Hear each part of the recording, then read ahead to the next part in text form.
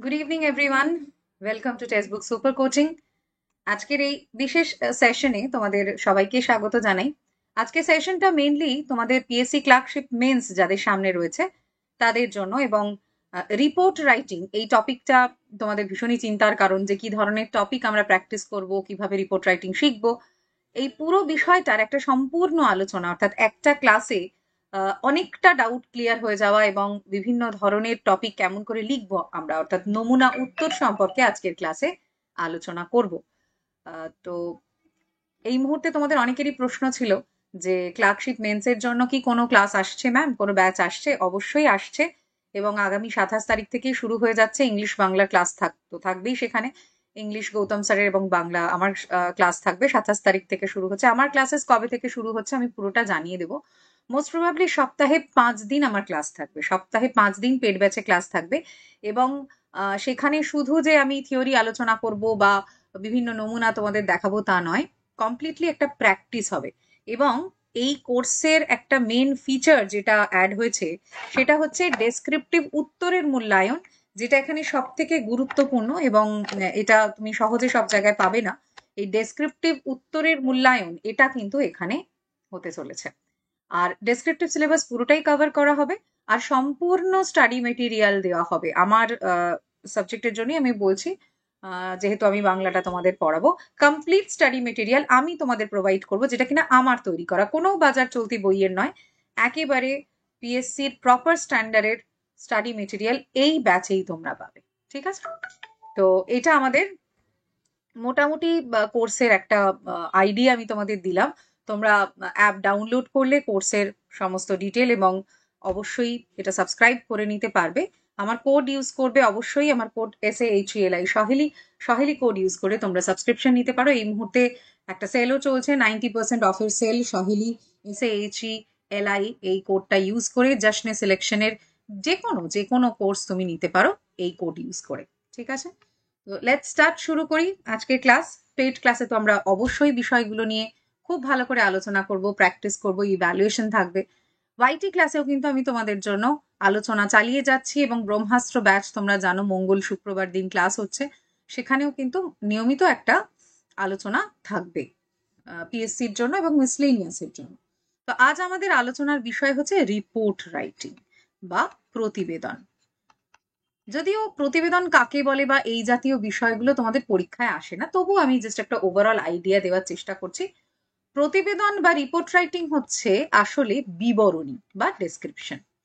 তো এই বিবরণী কিসের? বিবরণী কোনো ঘটনার হতে পারে, বিবরণী কোনো বিষয়ের হতে পারে। ঘটনা বা বিষয়ের ডেসক্রিপশনকেই মূলত রিপোর্ট বলে। এবার আমি যদি তোমাদের প্রশ্ন করি, আচ্ছা বলো তো প্রতিবেদন কয় রকমের আমরা পড়ি? তোমরা বলবে ম্যাম সম্পাদকীয় পড়ি আর সাধারণ পড়ি, তার মানে 2 রকমের। অ্যাবসলিউটলি কারেক্ট, এবং রঙও বটে। প্রতিবেদন 2 রকমের একদম, এটাতে কোনো সংশয় নেই। একটা হলো সম্পাদকীয়, আর একটা হলো সাধারণ। এই কনসেপ্টটা রং। তাহলে রাইট কনসেপ্টটা কি? প্রতিবেদন অবশ্যই 2 ধরনের। 1 নম্বর হচ্ছে সংবাদপত্র প্রতিবেদন, আর 2 নম্বর হচ্ছে প্রাতিষ্ঠানিক প্রতিবেদন। প্রাতিষ্ঠানিক প্রতিবেদন তোমরা যারা চাকরি বাকরি করো তারা অবশ্যই জানো যে বিভিন্ন 6 মাস অন্তর, 3 মাস অন্তর বা 1 বছর অন্তর annual report, half yearly report, এই ধরনের রিপোর্টস থাকে। এগুলো প্রাতিষ্ঠানিক রিপোর্ট বা প্রাতিষ্ঠানিক প্রতিবেদন, এগুলো একটা লেখার আলাদা ফরম্যাট আছে। আমাদের যেটা ফোকাস করার বিষয় সেটা সংবাদপত্র প্রতিবেদন। সেটা নানা রকমের হতে পারে, সম্পাদকীয়, সাধারণ, ক্রীড়া ভিত্তিক, সাক্ষাৎকারমূলক, নানা রকম হতে পারে, এবং প্রত্যেকটা নিজস্ব নিজস্ব স্টাইল আছে লেখার। আমাদের যেটা শিখতে হবে মেনলি সেটা হচ্ছে সাধারণ প্রতিবেদন, যেটা PSC, miscellaneous, ICDS, WBP, KP সবকিছুর জন্য কিন্তু এটা। আর সম্পাদকীয় only for WBCS, only for WBCS। যেহেতু আমরা এই মুহূর্তে ক্লার্কশিপ এবং মিসলেনিয়াসের প্রস্তুতি নিচ্ছি, তাই আমি সম্পাদকীয়টা নিয়ে ফোকাস করব না এই মুহূর্তে। আমি পরবর্তী কোনো ক্লাসে আমি নিশ্চয়ই আলোচনা করব। তাহলে আজ আমাদের যেটা শেখার বিষয় সেটা হলো সাধারণ প্রতিবেদন কেমন করে লিখবো। প্রথমেই ফরম্যাটটা সম্পর্কে আলোচনা করব, কারণ আমাদের জানতে হবে যে নম্বরটা আমি কিসের ভিত্তিতে পাবো। ডেসক্রিপটিভ রাইটিংটা তো MCQ নয় যে তুমি একটা সঠিক করেছো নম্বর পাচ্ছ, এরকম না। তো তো সেক্ষেত্রে ফরম্যাটে নম্বর থাকে, লিখন শৈলীতে নম্বর থাকে, গঠন যেটা লেখার গঠন তুমি তৈরি করেছো তার উপর নম্বর থাকে, ডেটা ব্যবহারের উপর নম্বর থাকে, শব্দ বাক্যের সৌন্দর্যের উপর নম্বর থাকে, অনেকগুলো প্যারামিটারে তোমার নম্বরগুলো থাকবে। এক্ষেত্রে সাধারণ প্রতিবেদনের একদম প্রথমেই যেটা থাকবে সেটা হলো শিরোনাম, আন্ডারলাইন করবে না। শিরোনামের পরে একটা ছোট্ট অংশ থাকছে নিজস্ব সংবাদদাতা, স্থান, স্থান কলকাতা, বর্ধমান, যে কোনো জায়গা হতে পারে, দিল্লি, মুম্বাই। কিন্তু যদি স্থান নামটা না দেয়া থাকে সূত্রে, সূত্র যে দেওয়া থাকবে তারও কোনো মানে নেই, তাহলে সিম্পল ক খ গ লেখো, এটা হচ্ছে স্থান। আর তারিখে তুমি পরীক্ষার দিনের তারিখটাই ব্যবহার করো, ধরো আজই পরীক্ষা 25 নভেম্বর, এটা কিন্তু ফরম্যাট 25 নভেম্বর, 25শে নভেম্বর নয়, পয়লা এপ্রিল নয়, 25 নভেম্বর, এবং সাল লেখা হয় না, আবার রিপিট করছি, সাল লেখা হয় না, ঠিক আছে?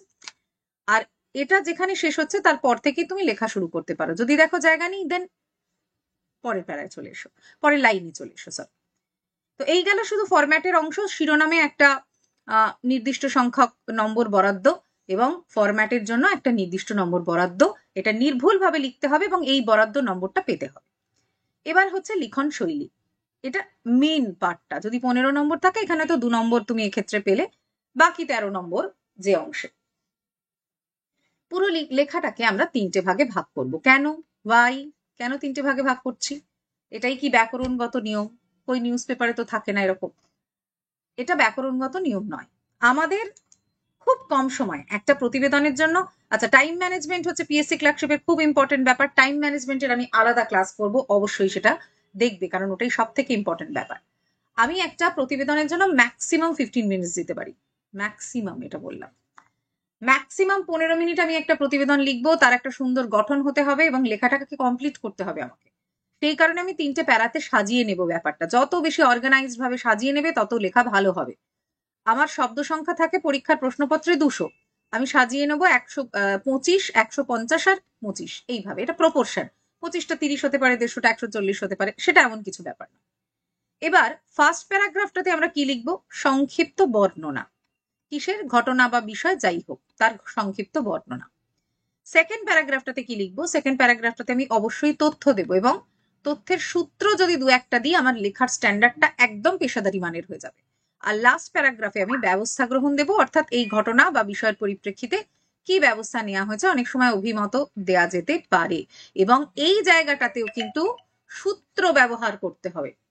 এই জায়গাটাতেও আমাদের সূত্র ব্যবহার করতে হবে, লেখাটা আরো ভালো হয়, আমি দেখাবো। ওকে, তো এই হলো আমাদের ফরম্যাট।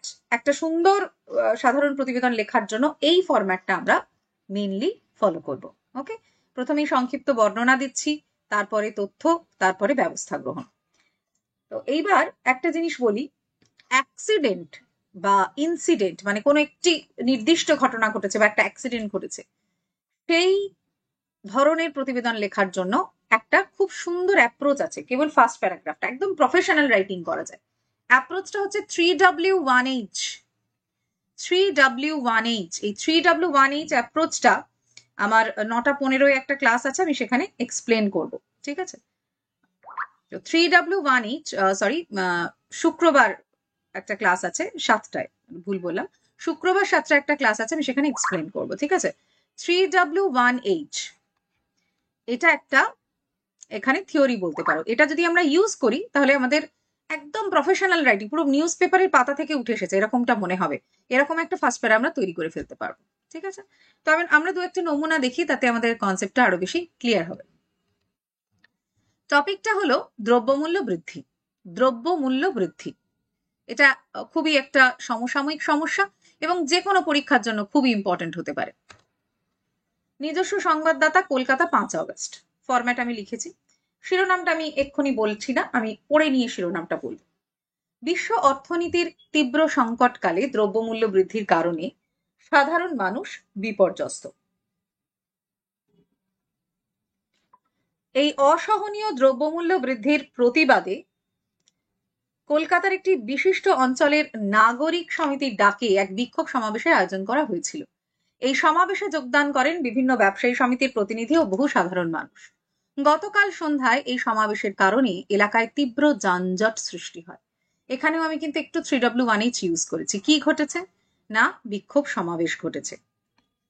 কোথায় ঘটেছে? কলকাতার একটি বিশিষ্ট অঞ্চলে। কখন ঘটেছে? 1 মিনিট। এখানে কখনটা আর কি স্পেসিফাই করা হয়নি, ঠিক আছে, কখনটাও বলা দরকার, কিন্তু এটা যেহেতু অ্যাক্সিডেন্টের নয় তাই আমি আলাদা করে আর কখনটাকে স্পেসিফাই করিনি। কিভাবে ঘটেছে না এখানে একটা ছোট্ট ডেসক্রিপশন দিয়েছি। ঠিক এই ধরনের ল্যাঙ্গুয়েজটাই তুমি নিউজ পেপারে পাবে। সেকেন্ড প্যারাগ্রাফ, সমাবেশে যোগদানকারী এক কাপড় ব্যবসায়ী বলেন আমদানি কর বেড়ে যাওয়ায় তাদের পক্ষে মূল্য নিয়ন্ত্রণে রাখা সম্ভব হচ্ছে না। তার ফলে ক্রেতার কাছে তা অত্যন্ত সমস্যার হয়ে দাঁড়াচ্ছে। এই সমাবেশের অন্যতম উদ্যোক্তা আইনজীবী শ্রী কখগ বলেন টাকার দাম আশাতীতভাবে হ্রাস পেয়েছে। এর ফলে যে দ্রব্যমূল্য বৃদ্ধি ঘটেছে তা সাধারণ মানুষের জীবনযাত্রাকে দুর্বিষহ করে তুলেছে। এটা কিন্তু কোটেশনে দিয়েছি আমি, এবং এই কখগ এখানে আমি সূত্র হিসাবে ব্যবহার করেছি। সূত্র মানে এমন কোনো ব্যক্তি যিনি ওই বিষয়ের সাথে যুক্ত, তার বক্তব্যের দাম আছে এই ক্ষেত্রে। সমাবেশে অংশগ্রহণকারী এক তথ্য প্রযুক্তি কর্মী বলেন দেশে বেকারত্বের সংখ্যা ক্রমবর্ধমান। এই পরিস্থিতিতে দ্রব্যমূল্য বাড়ার কারণে অনেক মানুষ আত্মহননের পথ বেছে নিচ্ছেন। বিক্ষোভ সমাবেশের পুরোভাগে থাকা এক বিক্ষোভকারী বলেন সংবাদপত্রের পাতায় সঠিক দাম না পেয়ে কৃষকের আত্মহত্যার কথা আমরা প্রায় রোজই পড়ছি, অথচ তার বিপরীতে অগ্নিমূল্য বাজার কালোবাজারির বিষয়টিকেই সামনে আনছে। ডাবল কোটেশনে তাদের বক্তব্যগুলো তুলছি, সবসময় ডাবল কোটেশন দিতে হয় এরকমটা নয়। বিক্ষোভকারীরা দ্রব্যমূল্য বৃদ্ধি ও কালোবাজারির বিরুদ্ধে এক ডেপুটেশন তুলে দেন মেয়রের হাতে। এটা একটা প্যারা এখানে শেষ হলো। তাহলে সমস্যাটা কি আমি সূত্রের মাধ্যমে তুলে ধরলাম, একদম প্রফেশনাল অ্যাপ্রোচ এটা। মেয়র বলেন বিভিন্ন ক্ষেত্রে কালোবাজারি রুখতে টাস্ক ফোর্স গঠন করা হয়েছে, এবার কি ব্যবস্থা নেওয়া হয়েছে। থার্ড প্যারা, এই টাস্ক ফোর্স বিভিন্ন বাজার, এক্ষেত্রে মেয়র কথা বলতেই পারেন, এই টাস্ক ফোর্স বিভিন্ন বাজার পরিদর্শন করবে, নিয়মিত ও প্রয়োজনে যথোচিত ব্যবস্থা নেবে। মেয়র পরিষদ শ্রী চছজা বলেন কলকাতা ও রাজ্যের বিভিন্ন অঞ্চল থেকে, এখানে কিন্তু কোটেশনটা দিইনি, আলু পেঁয়াজ সহ বিভিন্ন খাদ্যদ্রব্যের অতিরিক্ত মূল্য বৃদ্ধির যে অভিযোগ পাওয়া যাচ্ছে তার বিরুদ্ধে যথোচিত ব্যবস্থা নেওয়া হবে এবং দ্রব্যের একটি নির্দিষ্ট মূল্য বেঁধে দেওয়া হবে। কি ব্যবস্থা নেওয়া হয়েছে? তাহলে প্রথম প্যারাগ্রাফে কি ঘটনাটা ঘটছে, সেকেন্ড প্যারাগ্রাফে ঘটনার সম্পর্কে একটা বিশ্লেষণ, থার্ড প্যারাগ্রাফে কনক্লুড করছি। দেখো একটা সুন্দর গঠন তৈরি হলো। এটা একটা কমপ্লিট রাইটিং, এবং এই নমুনা উত্তরে তুমি হেসে খেলে আউট অফ 20 16+ স্কোর করবে। এই বিষয়টা অর্থাৎ কিভাবে আমি আমার লেখাটাকে পেশাদারি মানের করব, এই জায়গাটা যদি একবার বুঝে নিতে পারো, অনেকের হয়তো মনে হয় যে ডেসক্রিপটিভ রাইটিং খুব কঠিন একটা ব্যাপার, সেরকম কোনো ব্যাপারই নয়, কোনো ব্যাপারই নয়। শুধু একটা নিয়মিত প্র্যাকটিস, নমুনা উত্তরগুলো একটু স্টাডি করা, একটু নিউজ পেপারও মাঝে মাঝে অবশ্যই ডেটার জন্য স্টাডি করা, আর লেখা, যেটা কিনা ভীষণ ইম্পর্টেন্ট। অলরেডি আমি মক টেস্টের বিষয়টা শুরু করে দিয়েছি। সহেলি ম্যাম আন্ডারস্কোর টেক্সটবুকে আমি আগের দিন আনসার শেয়ার করেছি, তো সেই মক টেস্টটা শেয়ার করেছি, আনসারটা আমি পরবর্তী কোনো ক্লাসে আলোচনা করব।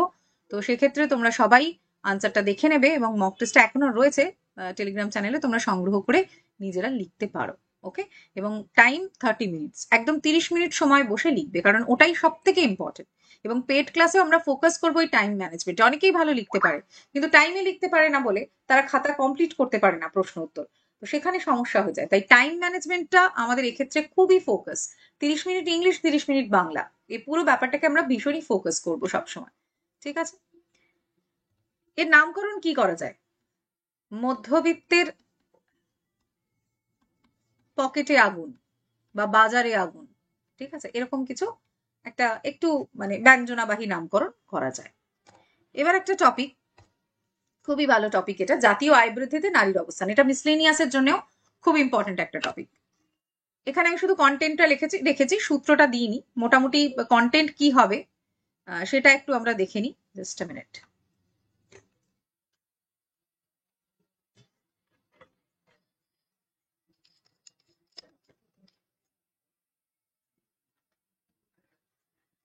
একটি যথার্থ অর্থে উন্নত রাষ্ট্র গঠনের অন্যতম শর্ত নারী পুরুষের সমানাধিকার প্রতিষ্ঠা। সমগ্র বিশ্বের পরিপ্রেক্ষিতে জাতীয় অর্থনৈতিক ক্ষেত্রে ভারতীয় নারীর অবস্থান যে বিশেষ সুখকর নয় সে বিষয়টি বলাই বাহুল্য। বর্তমানে একটি উন্নয়নশীল রাষ্ট্ররূপে ভারতবর্ষ প্রতীয়মান। এই সময় নিরিখে বিভিন্ন আর্থসামাজিক মানদণ্ডে জাতীয় আয়ে ভারতীয় নারীর অবস্থানটি মূল্যায়ন করা প্রয়োজন। টপিকের প্রথমেই আমি বলে দিলাম কি বলতে চলেছি, এবার ডেটা দিয়ে বিষয়টা বলা। কর্মক্ষেত্রে ভারতীয় নারীর অবস্থান মূল্যায়ন করতে গেলে একটি শব্দ সর্বাধিক ব্যবহৃত হয়, সেটি হলো বৈষম্য। শ্রমক্ষেত্রে ভারতীয় নারীর অংশগ্রহণ প্রায় 29%, কিন্তু দুঃখের বিষয় ভারতবর্ষে নারী শ্রমের 50%-এর বেশি নিতান্তই বিনামূল্যে ব্যয়িত হয়। এক্ষেত্রে নিঃসন্দেহে দায়ী আমাদের সামাজিক সংগঠন। একটি পরিসংখ্যান এই বৈষম্যটি অত্যন্ত স্পষ্টভাবে বোঝা যাবে। কৃষিক্ষেত্রে বা কৃষি শ্রমে ভারতীয় নারীর অংশগ্রহণ 50%, এখানে একটি 50% অ্যাড হবে, অথচ মাত্র 9% কৃষি জমির মালিকানা মহিলাদের। এই ধরনের তথ্য যা নারীর প্রকৃত অবদান ও তার প্রাপ্য মূল্যের অসমতাকে তুলে ধরে, তা ভারতীয় অর্থনীতির সকল ক্ষেত্রেই অত্যন্ত সহজে প্রাপ্য। একটি উল্লেখযোগ্য বিষয়, সমগ্র বিশ্বের প্রেক্ষিতে জাতীয় আয় বৃদ্ধিতে ভারতীয় নারীর অবস্থানের দৈন্যতা আরো প্রকট করে তুলে ধরে। সমগ্র বিশ্বের জিডিপিতে নারীর অবদান যেখানে প্রায় 37%, সেখানে ভারতীয় নারীর অবদান জাতীয় জিডিপিতে 17%-এরও কম। জাতীয় আয়ের ক্ষেত্রে নারীর অবদানের এই দৈন্যতা প্রকৃতপক্ষে ভারতীয় সমাজে নারীর অবস্থানের কুফল। নারী শিক্ষা, স্বাস্থ্য, সুরক্ষা, স্বাবলম্বন সর্বক্ষেত্রেই ভারতীয় নারীর পিছিয়ে পড়া অবস্থান এর জন্য অবশ্যম্ভাবী রূপে দায়ী। বর্তমানে সময়ের প্রেক্ষিতে একটি সমস্যা ঘোরতর রূপে বিদ্যমান। নারী শিক্ষার হার বাড়লেও নারীর স্বাবলম্বন সে অর্থে বাড়ার পরিবর্তে কমেছে অনেকখানি। আমি সেকেন্ড প্যারাগ্রাফটা শেষ করলাম, তোমাদের একটা কাজ দিলাম, তোমরা এখানে একটা থার্ড প্যারাগ্রাফ অ্যাড করবে এবং সেখানে কিছু সূত্রও অ্যাড করবে। এবং পরবর্তী কোনো ক্লাসে আমরা নিশ্চয়ই এই থার্ড প্যারাগ্রাফটা নিয়ে আলোচনা করব। মঙ্গল শুক্র আমার নিয়মিত ক্লাস থাকে, অবশ্যই সেখানে আমি এই বিষয়টা নিয়ে আলোচনা করব। তাহলে মোটামুটি বোঝা যাচ্ছে যে লেখা স্ট্যান্ডার্ডটা কি হবে।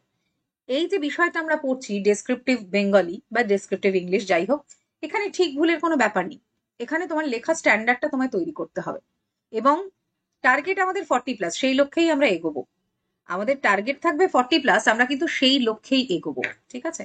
কারণ আগেও 2019 সালেও এমনও হয়েছে, প্রেলিতে খুব ভালো স্কোর করে মেন্সটা হাতছাড়া হয়ে গেছে। কারণ ডেসক্রিপটিভ রাইটিংটাকে গুরুত্ব দেওয়া হয়নি, সেই কারণে হাতছাড়া হয়ে গেছে। আমরা কিন্তু একটা ফুল প্রুফ প্ল্যান নিয়ে প্র্যাকটিস করতে এসেছি, ঠিক আছে? 2019-এ আমার বহু ছাত্রছাত্রী আছে যারা 40+ স্কোর করেছিল, তারা বর্তমানে চাকুরিরত। তো তারাও কিন্তু ঠিক এই ওয়েতেই তাদের আমি প্র্যাকটিস করিয়েছি এবং এটা যথেষ্ট এফেক্টিভ হবে, ঠিক আছে? এটা যথেষ্ট এফেক্টিভ হবে। ওকে, তো আজকে মোটামুটি একটা ধারণা দেওয়ার চেষ্টা করলাম রিপোর্ট রাইটিং সম্পর্কে। আরো বহু ক্লাসেস আসবে, অবশ্যই ফলো করতে থাকো।